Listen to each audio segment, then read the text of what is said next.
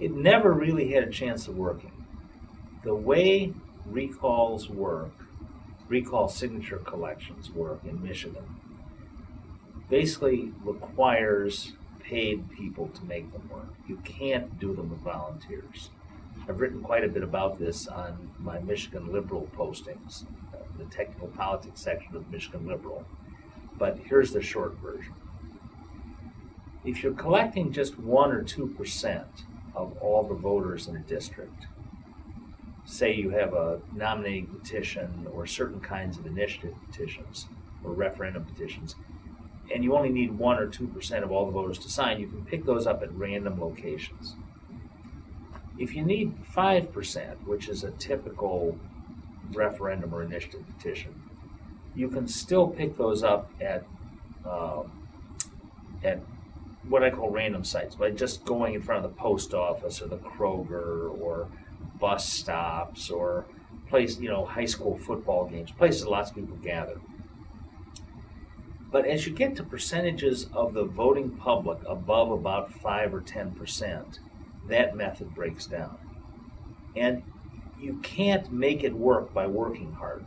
I mean, you've gotten to the point that the harder you work, the more signatures you collect, the less efficient the method becomes. And the reasons are kind of, they're almost mathematical in nature. The problem is there's a limited pool of people that ever are available to you at public locations, like a high school football game. Not everybody in the public ever goes to those things. And so, and many people go to them and try to avoid people gathering signatures at tables. And so you tend, although many people are there, I mean, if you think about the whole state of Michigan, maybe hundreds of thousands or even 1 million or 2 million people go to public events, farmers markets and so forth in a given month. If you start capturing them, if you imagine they're fish, if you capture them one by one and then throw them back in, pretty soon you realize, and you tag them, let's say, that a lot of the fish you start collecting, when you get to 5% of all the fish, you're actually starting to see the same fish over and over again. You're starting to see fish you've already tagged.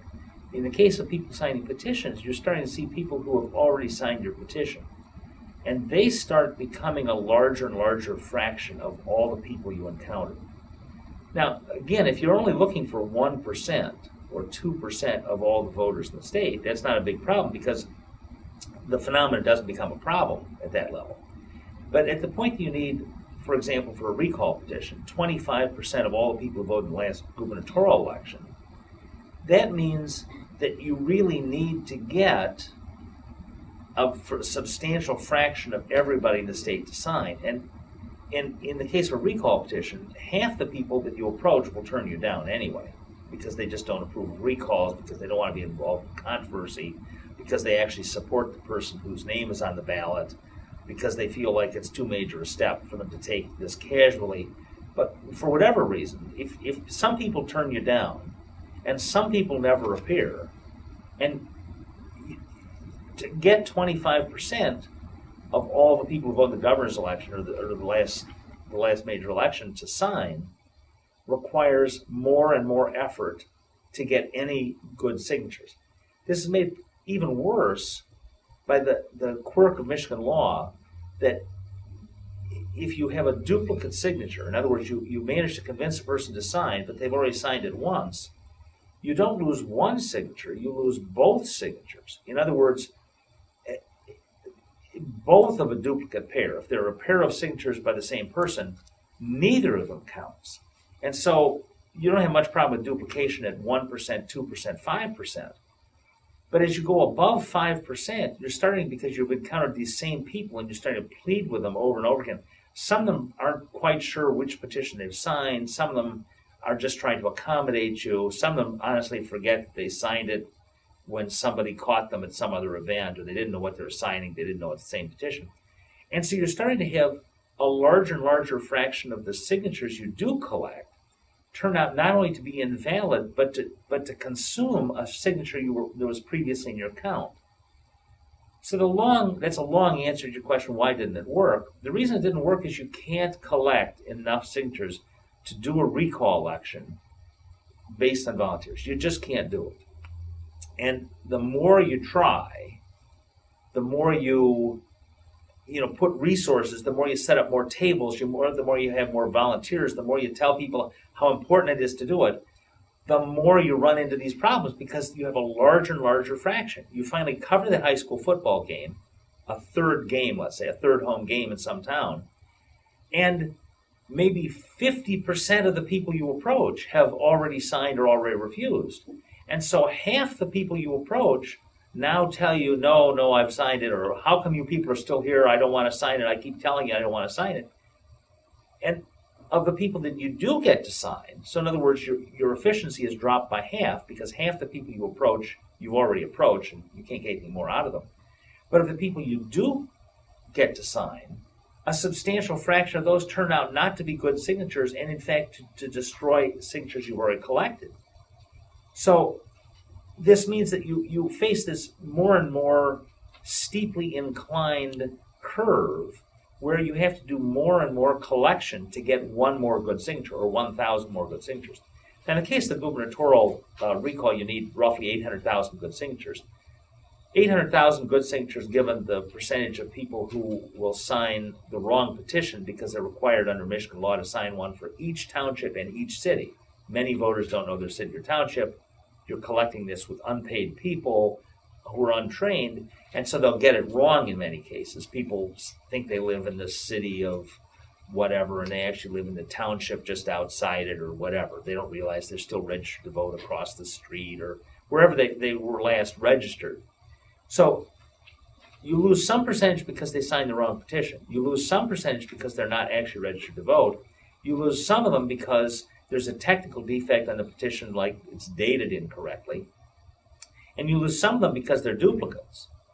So in order to get 800,000 good signatures, you probably need to collect 1.2 million total signatures.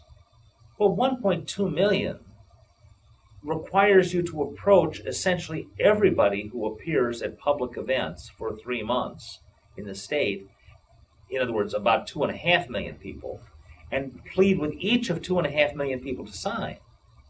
That's madness. That's just madness. It really can't be done. Now, there's a way that could be done, but doing it based on volunteers is simply unworkable. Well, as I say on my Michigan Liberal post, there's a joke about economists or a bunch of scientists on some desert island who are shipwrecked and they don't have food or water or anything to work with. They have nothing.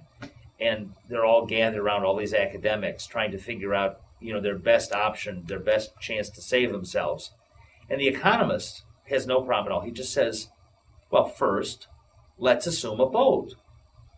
And then he proceeds from there, right? That's the way economists work. Let's assume perfect rationality in the market. Oh, well, that solves the problem. In this case, let's assume $6 million.